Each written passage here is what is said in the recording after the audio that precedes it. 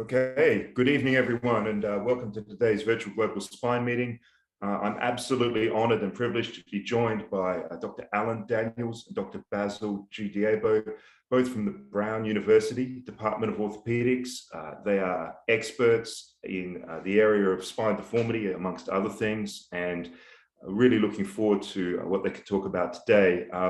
It sounds a bit complicated, but I think this is a super important topic. I think some of our colleagues will have a better grasp on this than I do. And I'm really looking forward to getting through a few cases and then some technical discussion about how this works and how we can reduce our complication rate.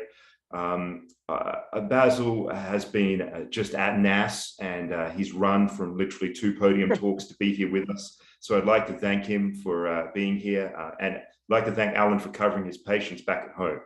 So it's been a team effort today. As always, the chat box is open. I'll be moderating. Ali Baj is with us as well, and we'll try to get your questions through as things go. But I'm really going to let these two guys have the floor and tell us how I can do things better. Thank you very much. Thank you. Well, first and foremost, I just want to say thank you to Mike Selby and Ali Baj for having us today. We're extremely excited to discuss this topic, and I'm going to move relatively quickly. You'll see trying to get to Dr. Diebo's portion of the lecture so we can try to look at some future directions in addition to the history of where we've been. So as usual, I like to start with a case. I think there's most we can learn is from seeing what we've done and cases that possibly haven't gone well. You know, it's always fun to show cases that look great, but what about the cases where we struggle? This is a 64-year-old female, COPD, hypertension, atrial fibrillation, multiple comorbidities. She's had 5 previous surgeries, flat back syndrome, had her hardware removed due to previous infection, large SVA at 23 centimeters, and she has osteopenia. Challenging case.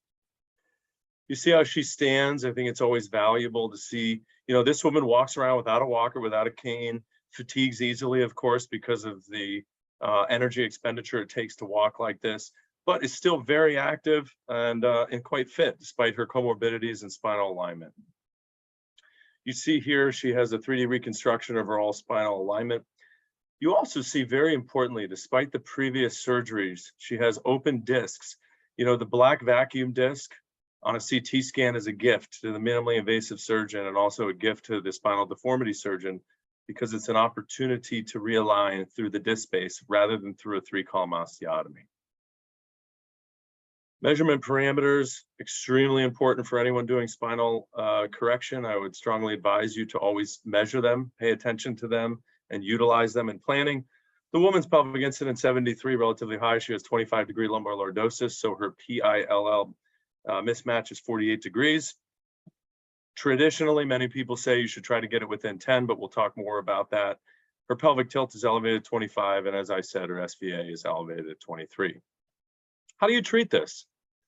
So first off, you need to decide how much you need to correct and what your strategy is. Decide how high to go for your UIV. Decide where to stop at your LIV or your lowest instrumented vertebra. Understand bone health assessment, whether it's regional or global, with CT Hounsfield units or DEXA scan, and what your treatment may be for that. And then also, what will you do to prevent proximal junctional kyphosis, proximal junctional failure? Are you going to use a tether? Are you going to use hooks? Are you going to use cement? Are you going to be like Mike Selby and just use everything, throw the kitchen sink at it? All reasonable. So first, I want to talk about some work that I've done in the past with the ISSG to look at UIV selection. When we try to decide how high to go, it's because the goal is to correct the deformity and to prevent a failure. So when you try to decide if you're going to go upper thoracic or lower thoracic, you may decide that the upper thoracic spine may be more durable, there may be less PJF, but the surgery is longer, it costs more, there may be more complications, maybe more risk. But also I would tell you that if you do a lot of upper thoracic fusions and people are failing at T2, those revisions are challenging. A revision at T10 is a very different operation than a revision at T2.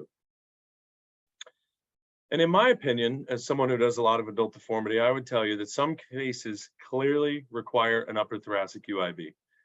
You have this lady with a global spinal deformity in the coronal and sagittal plane, big curve, kind of old, frail lady. To me, I look at this lady in the office, the thought doesn't even go through my mind to consider a lower thoracic fusion. So to me, this is obvious, but why? What is the data behind it?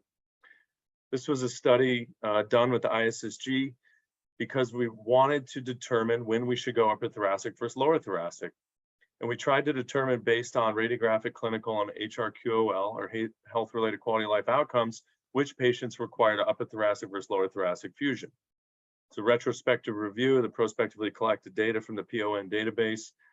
Many of you are probably familiar with the study criteria, but it is a degenerative and idiopathic database of coronal, sagittal, and combined deformities of patients greater than 18 years old. We looked at demographic, surgical, radiographic, and outcome variables and defined PJK and PJF based on traditional outcome measures. I will just briefly mention that if you've done research on PJK, you'll see that some of the PJK measures are extremely inclusive, and it seems like every patient you look at as PJK, although it may not be clinically significant.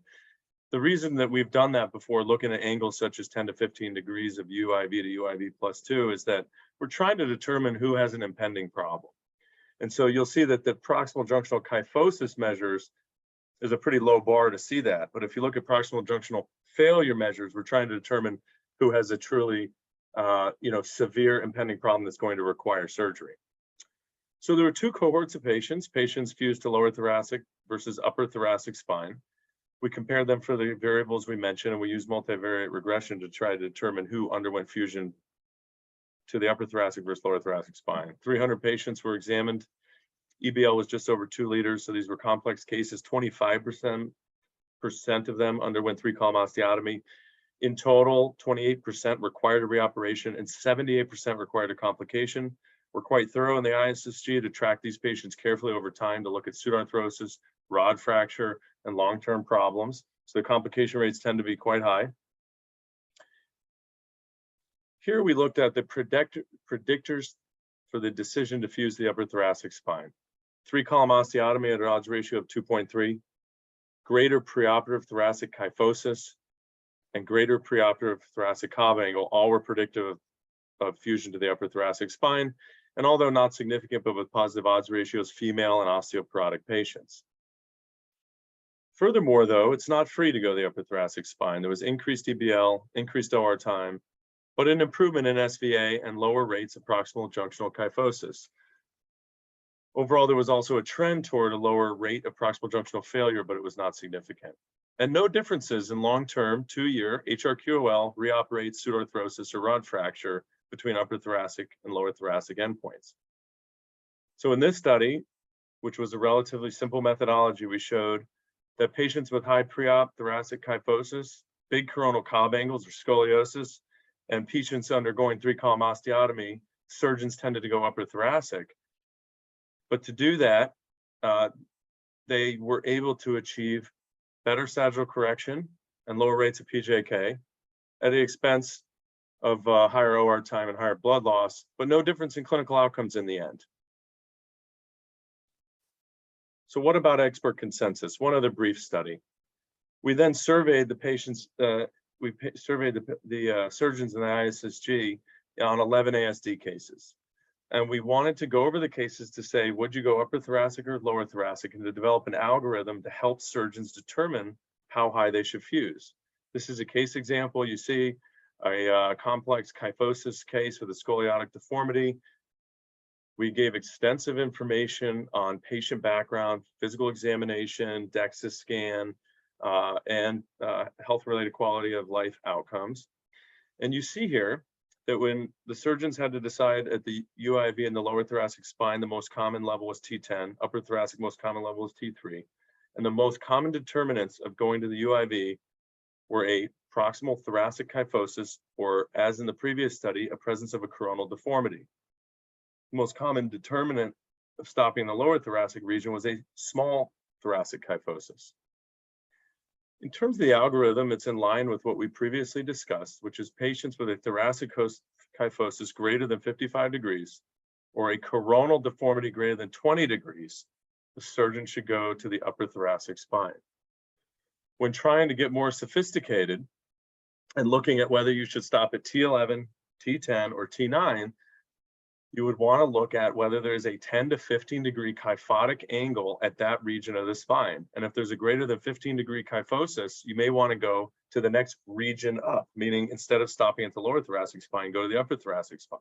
And if there's a focal kyphosis in the upper thoracic spine, you may consider extending to the cervical spine.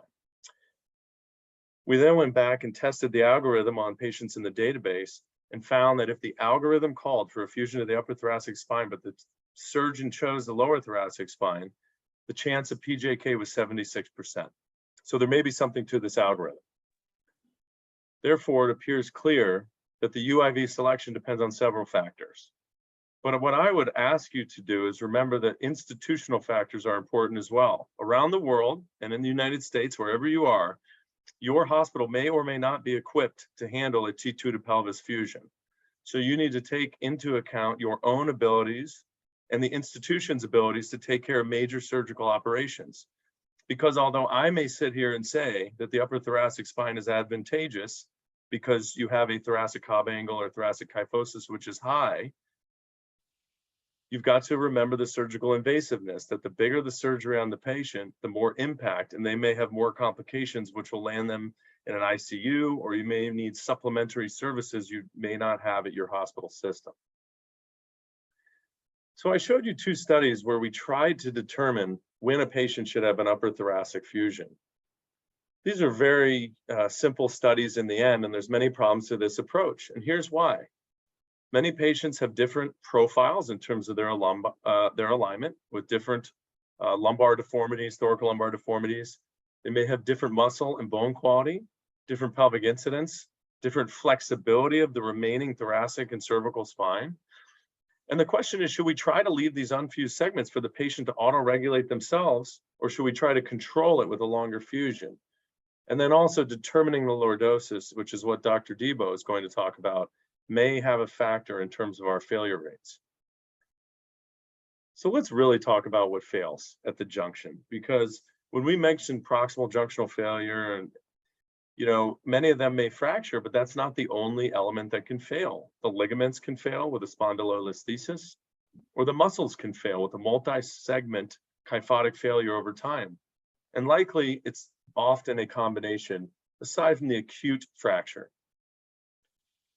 This is a very popular topic that's being presented at NASS this week and also at SRS. This was a study looking at Hounsfield units and sarcopenia at the area of the UIV, showing that patients with poor bone quality and poor muscle quality are at higher risk of junctional kyphosis. Furthermore, groups are looking at the importance of the thoracolumbar junctional angle, which we'll talk about more in this talk, where you need to consider where you're placing and how you are placing your UIV in terms of junctional failure. And then finally, ligament biomechanics. Greg Mundis and his group looked at ligaments at the area of the proximal junction and found that if the ligaments are not strong, or if they're thinner or less elastic, there may be higher rates of junctional kyphosis. I really think that this study probably sums it up best. This is a great study by Brett Line, Shea Best, and the Lafages, really looking at the combination of effects of surgeon intervention using hooks and tethers at the UIV, and then looking at sagittal correction and overcorrection. And the idea is that if the surgeon thinks about the problem and places tethers and does cement and doesn't overcorrect, that probably gives the best opportunity for an optimal outcome, reducing the rates of junctional failure. If the surgeon does not place tether, does not place hooks, does not place cement, and overcorrects with an osteoporotic patient, those are the patients at highest risk of junctional failure.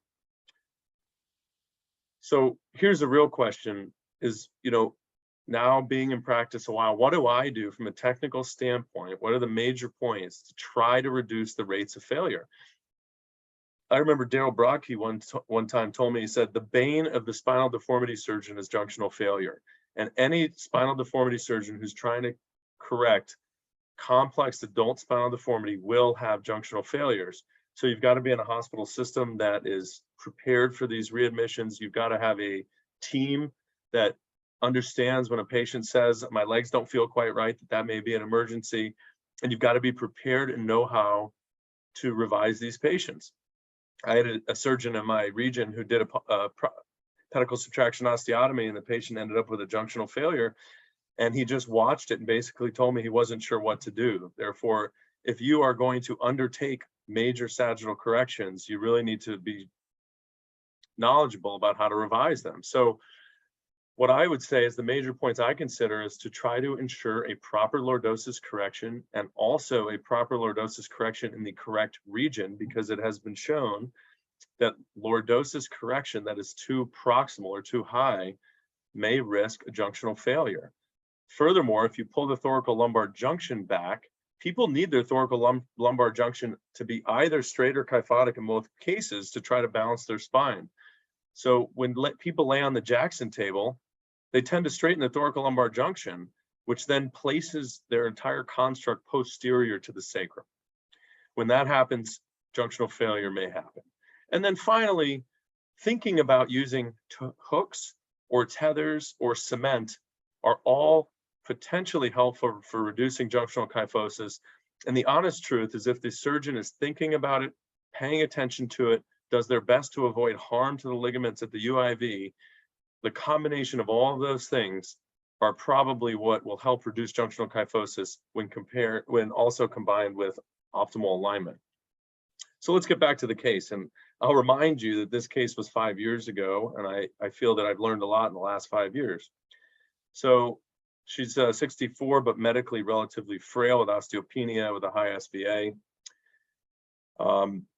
My decision trying to avoid a pedicle subtraction osteotomy was to provide correction through the disc spaces, through both a L5S1 anterior interbody fusion with 30-degree cage, and then also a lateral interbody fusion at one stage, and another stage T4 to pelvis. I used to use a plate, where it was a plate that would grab the UIV plus one spinous process, and then also a tether weave with a Merceline tape. And here she is, week 1 follow-up. SVA, clearly vastly improved. Compensation through the hips and knees vastly improved. But for any deformity surgeon, I would tell you the first thing you should look at is the UIV on your x-ray. And although she was happy, I was worried because I zoomed in on the EOS and saw that she not only had a fracture, but a spondylolisthesis, meaning that she appeared to have a failure of both bone and ligament. I advised her that I felt she needed to be extended and scheduled her for a follow-up. And lo and behold, here in the States, it's Christmas week, and she fell on Christmas morning. Legs were weak, inability to ambulate, came to the emergency department. I told you she had a history of AFib on Coumadin, or INR's 2.5. And what I mentioned about hospital systems, you know, even though we're a level 1 tertiary care system, the individuals were not sophisticated to understand that this was likely a spinal complication. She was having some chest pain. They thought it might be a AAA or abdominal aortic aneurysm. They worked this up and admitted her to a medical service without calling the orthopedic spine service. And unfortunately, she rapidly progressed while in the hospital in under 24 hours to Asia B, meaning she had no lower extremity function, but some retained sensation. So somebody fortunately realized this was a spine problem, got a CT and MRI. And you see, although difficult to interpret, she appeared to have obliteration of the spinal canal. I emergently took her to the operating room in the middle of the night, extended her to C5, decompressed the zone, and she spent 2 months in rehab, ended up pulmonary embolism, just real total disaster. And the case that really affected me, and, you know, I said, geez, we were so close here, what happened? And so I will tell you, though, that over time, these patients, if you can get to them before they're complete, she recovered, she was able to ambulate, and at 1-year follow-up, she came back and lo and behold, failed again. The biggest predictor of proximal junctional failure is a previous proximal junctional failure. So she ripped out her screws at C5. And we can talk about this more in the chat, but I think in retrospect, of course, I should have gone longer and fused to C2. But in the middle of the night, it's not always the easiest decision to extend someone all the way to C2. So, of course, she bought herself another fusion up to C2. And I would tell you that now she's back for 5-year follow-up. I hate her alignment, as Mike Selby might say. I look at her x-rays, I can't stand it, but she walks. It was a big save from a neurological standpoint. And boy, her alignment isn't pretty, but it is better than it was. And she's actually a happy patient. Go figure. So the real question is, what are we missing? I showed you a lot of simple measurements of thoracic kyphosis, thoracolumbar kyphosis, things like osteopenia, osteoporosis, but are there other factors we should be considering when we try to determine where to end our fusions for adult deformity? So I'm going to hand it over to Dr. Diebo here. Alan, just before Dr. Diebo gives his talk, I'm going to interrupt and ask a question off the chat box. Is that okay? Yes. Yeah, so Dr. Matthew Birchhook, who's a regular guest on here and is regularly involved with this meeting, he's just asking if there's any data on the cost of care over the 10 years following surgery for ASD, whether you stop at T9 or T10 or whether you go to T2, T4. It's a great question. Jeff Gum in the ISSG has tried to look at the economics of these cases and has included not only upper thoracic versus lower thoracic endpoints, but things like anterior lumbar fusion and lateral interbody fusion.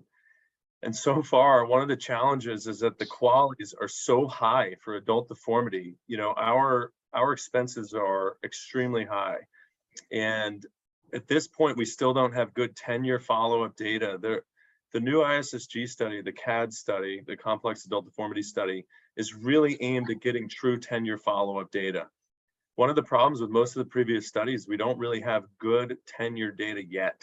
We're just getting there in some of the other outcome studies, but the 10-year follow-up rates are not exceptional at this point. And so I think it's a great question, and it's something we need to keep a close eye on, because you're absolutely right that it may be perfectly cost effective to add a few more screws and go upper thoracic if you avoid a later revision where the surgeon, you know, may replace some of the bottom screws and use BMP and all sorts of other expenses, including the extra operative stay and hospital stay.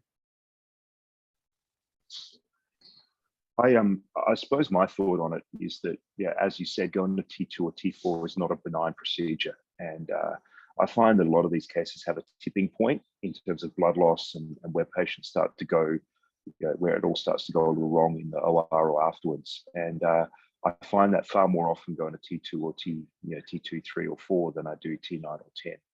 And you know, that thoracic spine musculature up the top there, it just tends to bleed more. And I think everything matters when you do these cases. And reinfused cell salvage blood is not the same as your own blood. You know, it doesn't clot as well, and it's easier to get things not going in your favor if you do that. So to me, it's actually a really big decision. A couple of things I really wanted to ask you, and you've sort of summarized that beautifully, and there are a lot of factors we don't really know about. And the number one thing for me I try to look at is the degree of thoracic flexibility on the lying MRI or CT scan, and how much that helps. And, you know, if someone's thoracic spine is relatively flexible, I tend not to include it, but I don't have any hard and fast good rules about that. Yeah, are you aware of anything that really gives us a rule about that? No, there really isn't. I would just quickly say that I like to say that, you know, about 3 o'clock in the afternoon, the surgeon gets tired, anesthesia gets tired, and the patient gets tired. And, you know, they're just, something changes in the afternoon, and it's not just shift change where the whole new nursing staff comes in.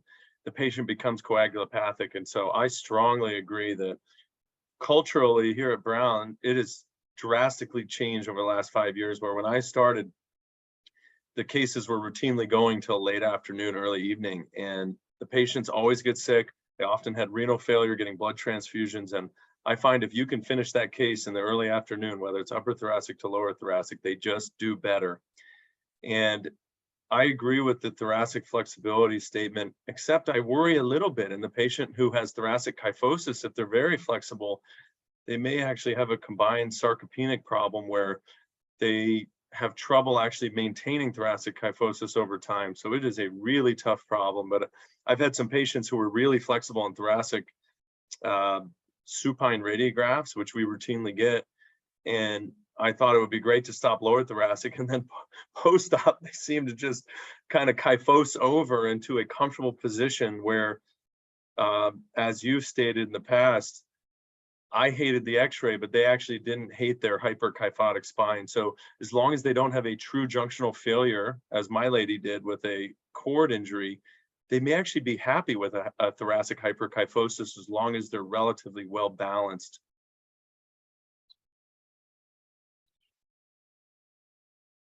I suppose the other one that I always look out for that I've seen sort of missed and I've missed in my early days was the ankylosed thoracic spine.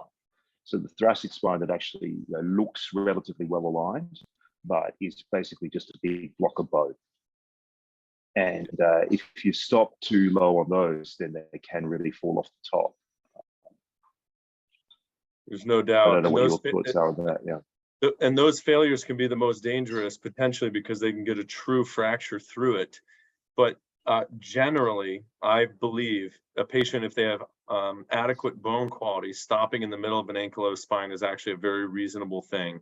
And so I generally think 2 to 3 fixation segments into a ankylosed spine is probably safe. And nearly all patients, as long as they have an adequate bone quality and adequate fixation. And and that's why you always have to think about your methods for junctional failure prevention, because I think you shouldn't just be dogmatic about saying, well, I put some cement at the UIV in every patient and I always tether them. If you have an ankylosed spine, there's no reason to use a tether, most likely, because the bony structures are fixed.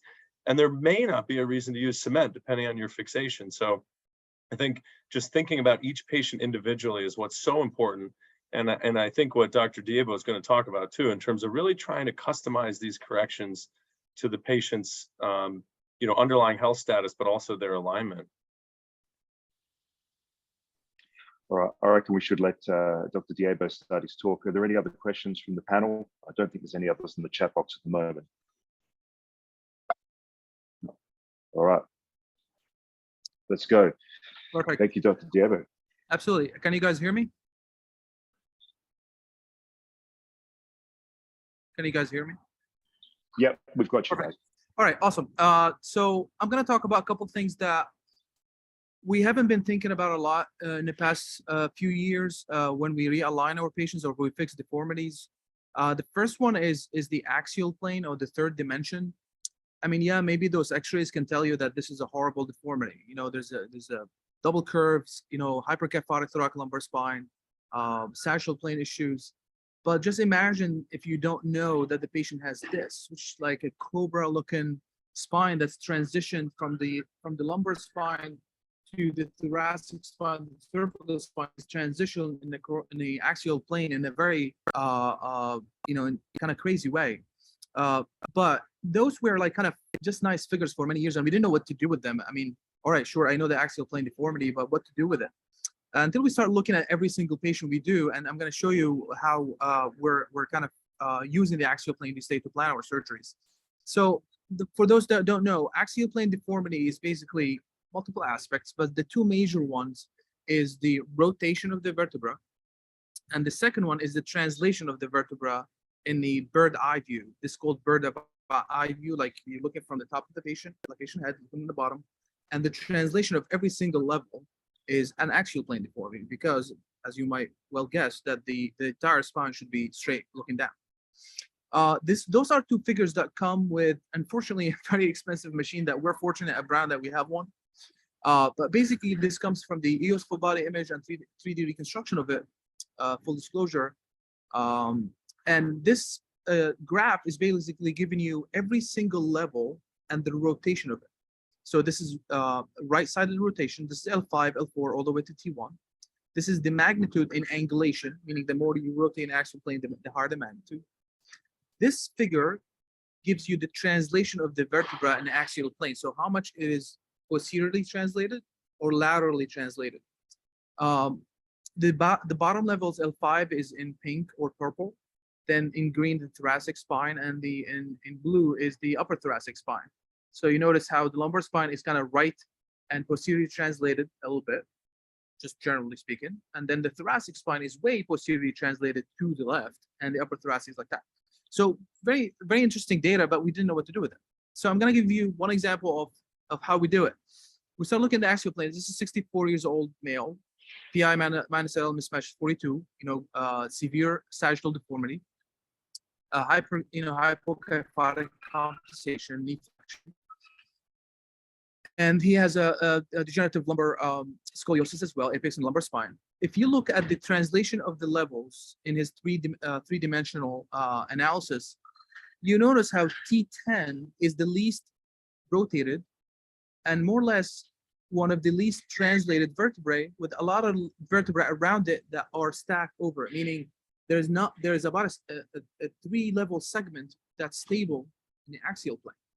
So nowadays, Abraham, we choose this zone as a UIV zone because we think, based on Dr. Dubsey teaching for many, many years, that a stable zone in the axial plane is a better soft tissue zone by design.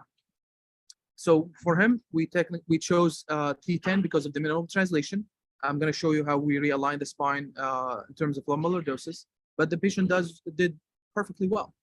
No PJK at the junction, very, very happy, great outcomes. Proms above MCID and everybody's happy. All right, how about a bad?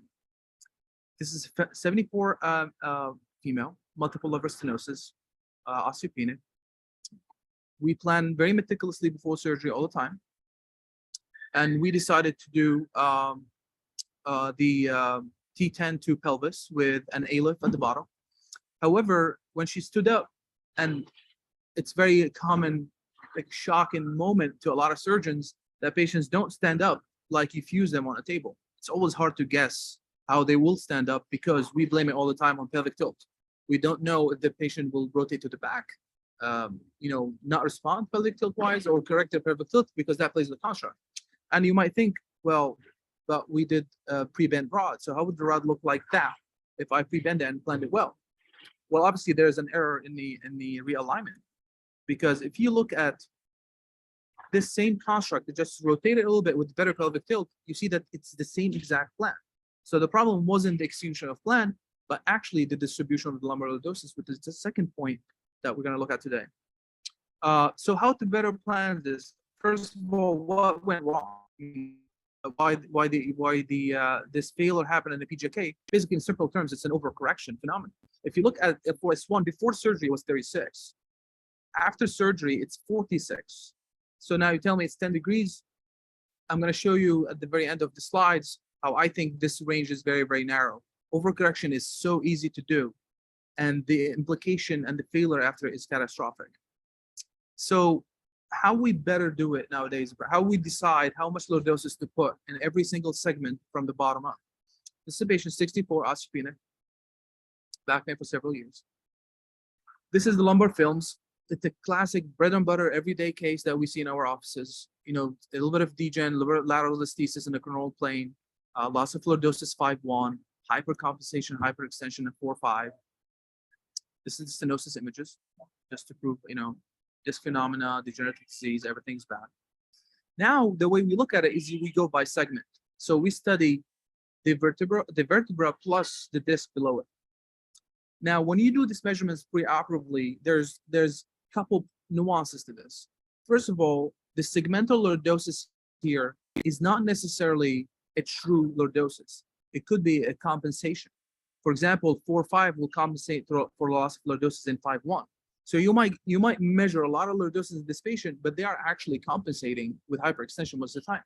So you cannot follow this and add more cages to 5-1 and 4-5 without factoring this phenomena. Plus, another very important concept here, and I wish I meet Dr. Bean one day because this is one of the greatest paper of all time. Basically shows you where lordosis come from. Because we only have cages and we rarely care about the vertebral body shape, except when we do PSOs or VCR and they're kind of going out of favor. So basically, we only care about the cage. So we go, okay, so we're going to give 20 degrees A-lift cage or 15 degrees T-lift cage. But we never look at how much wedging is in the L5 body alone or L4 body alone, because this is lordosis too. And especially when you treat patients in this, mid-50s or mid-60s, the degenerative process might not have already destroyed the vertebral body to be a square body. So we pay special attention to that. We also pay attention to the apex, where we put it. And also, this is a great paper by Vicente, Dr. Schwab, and Dr. Lafarge, looking at where the lordosis come from in each pelvic incidence category. It changes a little bit with pelvic incidence, but the vast majority is around 35 degrees. However, the contribution to that, to the full lordosis, is different between high PI and low PI. So I invite everybody to take a print screen of this or a picture of this. I think this is one of the most important papers in the past, perhaps few years of research in spine realignment. This gives you a segmental lordosis in every age category by pelvic incidence. So it doesn't get more granular than this. It's a 1,540 patients study. And basically, just to simplify things, when I looked at it personally, the lumbar spine lordosis between the caudal levels and higher levels, it changes by age and PI for sure. However, the changes by age is less, I would say, substantial, at least eyeballing, not stats-wise, than the changes by PI. So if you really want to factor one thing, and I'm trying just to make this simple, is factor pelvic incidence in your decision of how much lordosis to put for every patient. Why the apex matter and why the lumbar distribution matter, Dr. Daniel showed that quickly, but this is Dr. Lafarge and Renault paper for IMS 2016. Basically, most of the PJK patients, PJK is the dark green, most of the PJK patients has the lordosis correction high in L1, L2, L3. So it was obviously an iatrogenic problem. So this is our patient, the last one I showed you, and now we measure preoperatively the wedging of L5. We know that it's 19, and we know how much lordosis for this patient we need. So basically, intraoperatively, we just put enough to obtain the L4S1 that we need, subtracting how much L5 body we have. And you notice the L5 body stays, true intraoperatively, so it doesn't go away. By prepping the end plate, maybe it goes a little bit, but not totally. You still have about 15 degrees of lordosis. So imagine just putting 25 degrees cage down there. All of a sudden, you are that patient that was too posteriorly translated. So the patient does excellently postoperatively. She's very, very happy. It is, I'm a fellow for 3 months now. I've never seen happier patients than those when you hit the alignment right. They are very, very happy, and it really changes outcomes. It's not the magical thing. And this is our L4S1, 39 degrees. L5S1 is 24, L4L5 is 14, matches the data. So now it's more clear to us why the first patient failed. Well, if you measure L4S1, it's 48 degrees. And 30 degrees alone is at L5S1. That patient did not need that much. Except if they want to dance like that, obviously. 2 years follow-up, she's doing great, just so you guys don't worry about her. She's doing great. We extended the diffusion. She's happy. We elected not to go ahead and address the problem that is the driver of the issue, that we know that, but it was a massive operation. We elected just to extend her, and she's really happy. More examples of how to utilize the axial plane and the distribution of the lumbar spine. This is an example of a patient.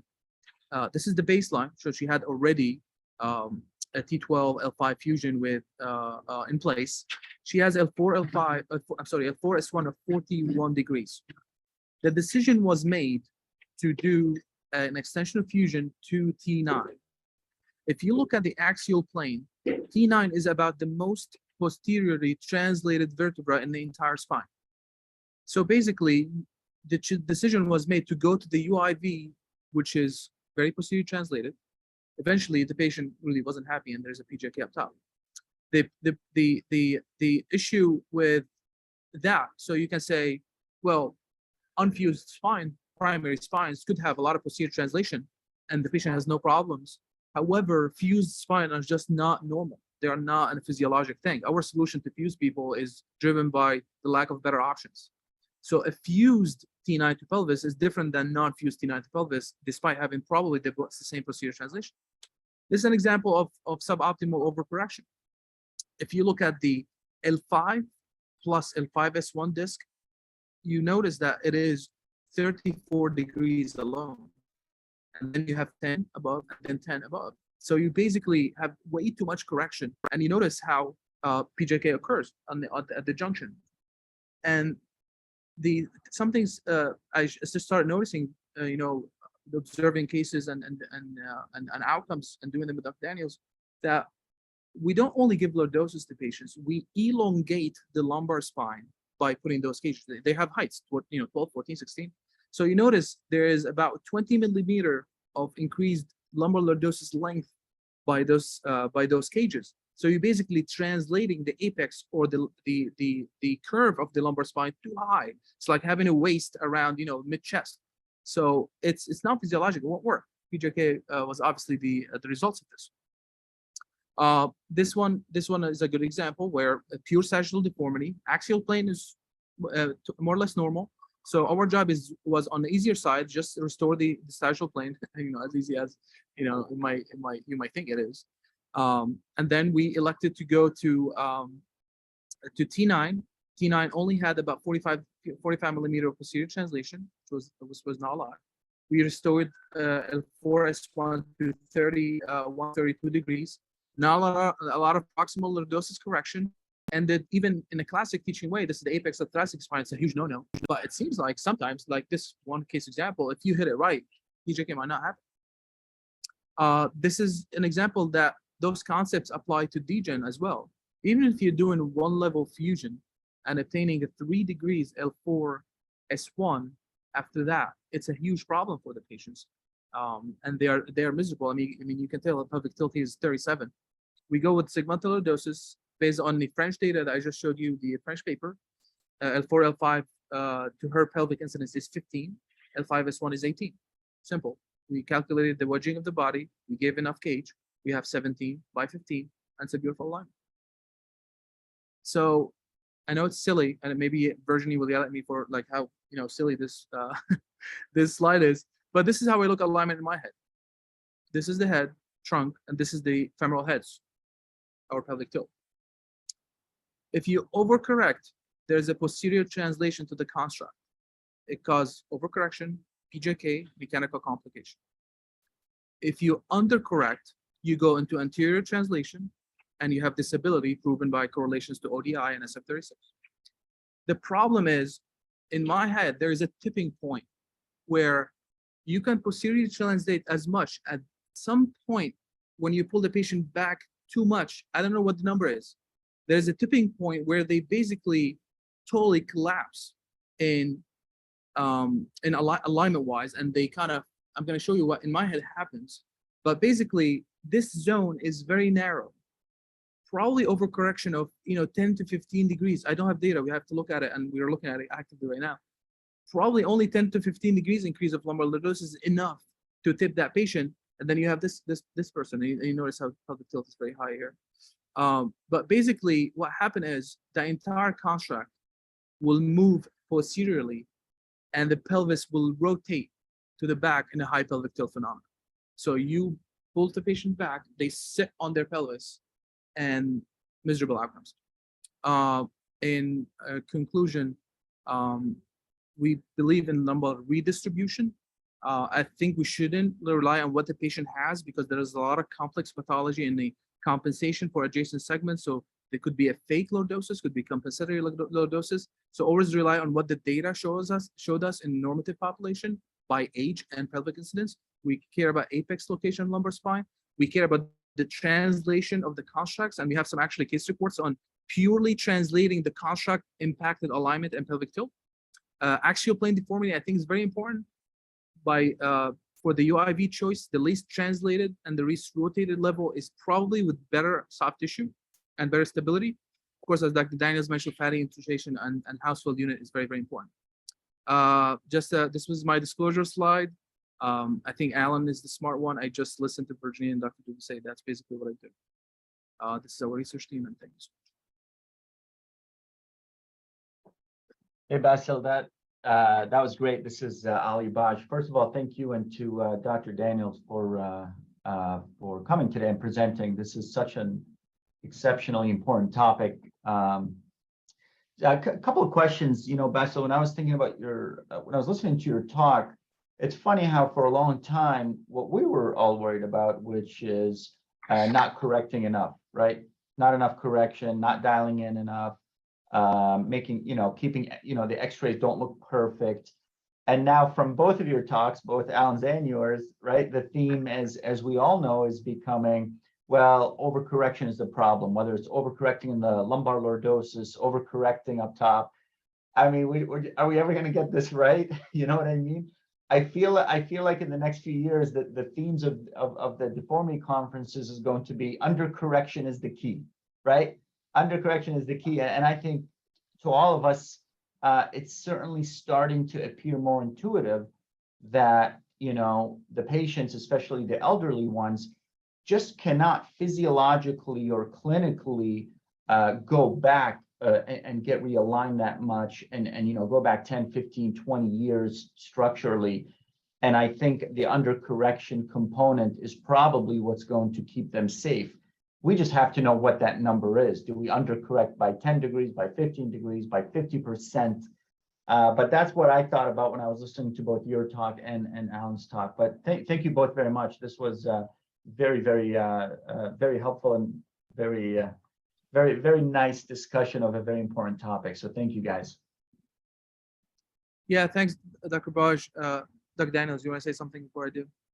No, I just mentioned, I believe Virginie Lafage is on here. I don't know if she's in a place where she can talk. I'd love to hear her thoughts on this, but I think Dr. Baj hit it right on the head that I believe I was probably overcorrecting and certainly overcorrecting the upper lumbar spine on a lot of people. And Basil's really pushed me to try to avoid that. But it's the swing of the pendulum, you know, it's a classic thing in spine surgery that we've seen before. It's just maybe over-treating odontoid fractures the same way of fixing all of them. And then maybe we can watch some, and now it's maybe we undertreated some and I'm swinging back to fixing more. And it's just a really fascinating topic. And I think the key to all of this, if you look at Dr. Selby's comments on there too, it really is trying to have a patient-specific approach to take all of the factors in. And I'll give, you know, a lot of the ISSG, including Chris Ames, some credit of really trying to get more sophisticated analytics on each of these patients to take all of their factors into account. And maybe someday technology and AI can also help us to say this alignment based on the radiographs alone should be this. However, the patient's posterior musculature is atrophied and their psoas muscle is strong and their hips have a flexion contracture. And so you should consider that and place the lordosis lower and do less. It's phenomenally complicated and certainly won't be solved in my lifetime, but I'm hoping the goal of all of this is just to do a better job and try to improve the care of each and every patient. And the reason I showed the first patient was I really learned a lot personally from that one failure. And my hope is just each patient that comes through the door, we can do our best and certainly avoid catastrophic outcome and give them the best outcome we can. Yeah, thanks, Dr. Baj. I think I agree with Alan, but also importantly, the question of overcorrection or undercorrection, I think it's relative because, you know, if you look at some of those patients, the PI minus LL, for example, was okay. You know, we just got, you know, Virginie and Dr. Schwab and the ISSG probably spent about 10, 15 years trying to push PI minus LL, and then we got it right, and people start thinking about it, and then they also upped the game to, you know, tweak it by pelvic incidence, and then we built on it to up the game, tweak it by age, and then we start looking at the distribution. So we know L4S1 for a little bit, and then now we start looking at L5S1 alone and 4L5. So I think we're just getting, I think, better. Perhaps overcorrection bar have changed because we start knowing more what correction is, and naming overcorrection was based on better data that showed up after that. So credit to you know, especially, you know, the time I spent with Dr. Lafage at the beginning and her efforts just to push alignment concepts. That's why now we know more, and now we can define what correction is, and it seems like we can hit it right a little bit better than before. I mean, at least I hope that's the case. But yeah, well, Dr. Lafage is here. She can give us the verdict and she can give us the answer here. Welcome, Dr. Lafage. Thank you very much. So I know, like, it may sound like, you know, we're always changing our mind and come up like with new guidelines, but it's an evolving field, and I think like there is really like different concepts. So one is like just from a mechanical point of view, and we're starting to get it, you know, like the overcorrection, like the bending moment and all these aspects. But there is also one aspect that we haven't tackled yet. It's like, we don't know where a patient wants to stand. You know, we can come up with some rule, and those rules can be like very patient specific, but when you think about it, those deformity, they take like 5, 10, 20, 30 years to develop. And then within a few hours, you totally change the shape of the patient. That means that we also change like the perception that the patient has of the own environment. You know, maybe at one point we need a dynamic test that will tell us like, where does a patient from maybe a neurosensorial point of view want to stand? But we're very far from that. So right now, the only thing that we have is the mechanical approach. We have been like doing like, if you think about it, everything that we have done is very primitive. Like we think about aligning the bone and make sure like it's more or less over the pelvis. We have the feeling that muscle are important, but we don't have a clear guideline. And then the next step will be like the neuro aspect. So things are going to change a little bit in future, but hopefully that will be for the best.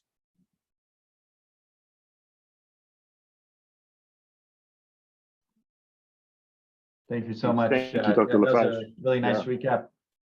Mike, Dr. Selby, any additional thoughts or comments? Well, I think, you know, for an orthopedic surgeon like me, that's a lot to take in, right? I mean, Alan and Basil are operating on this level, and I'm a bit simpler. But I do love the diagram that Basil had. I'm just going back and forward. You know, those pictorial things are just gold to me. I think this is something that, you know, I'm going to make my fellows and residents watch later this session. So I think it's good it's going on YouTube.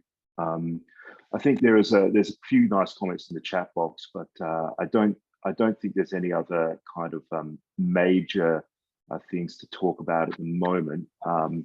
So unless there are more questions from the panel, we might see who's on next week, if that's okay. But before we do that, I just want to thank Alan and Basil again. Thank you so much for coming in, Dr. Daniels and Dr. Ebo. We a great session, and it was very good for Basil to get off the NAS podium and join us. When are they announcing the prizes? That's the question. Because do you have to go back? Yeah. He's going to go back to win all his awards. Yeah, that's right. Yeah, he's got to head back soon, I think. All right, and yeah, thank you to Virginia who dropped it as well. So yeah, Ali, do you know who's on next week? I don't have the schedule in front of me. Yeah, Dr. Daudelet from Northwestern in Chicago is hosting next week, and we will have the advertisements out pretty soon about what that topic will be. Beautiful. All right. Well, I'd like to thank everyone again for joining us. I can always give our special guests the last right of reply. I don't know if Dr. Daniels and Dr. Gerber, you want to say anything else, but recruit fellows or anything in this format, but you can. But yeah, thank you so much, and really appreciated your efforts today. Just want to thank you guys for the opportunity, and it's an honor to talk about this ongoing, topic of research that we have so much more to do. But that's why it's exciting to have people like Basil who are very passionate about it. I think it's a real lifetime of work, and it really builds on all of Dr. Lafarge's great work that we're all realizing it's not just alignment. We need to put everything into context. But the alignment is so important because that's what we initially look at with the radiographs. That's what we know is correlated with people's outcomes. And so we're just excited to keep doing the work. And I really appreciate this forum and this format. And Dr. Baj and Selby, this is great. We really look forward to continuing to work with you guys. I'm gonna come every week, so it should be great. Awesome. Thank you guys so much. Really appreciate it. Good. All right, thanks everyone. We'll finish up here, and I will see everyone next week. Thank you.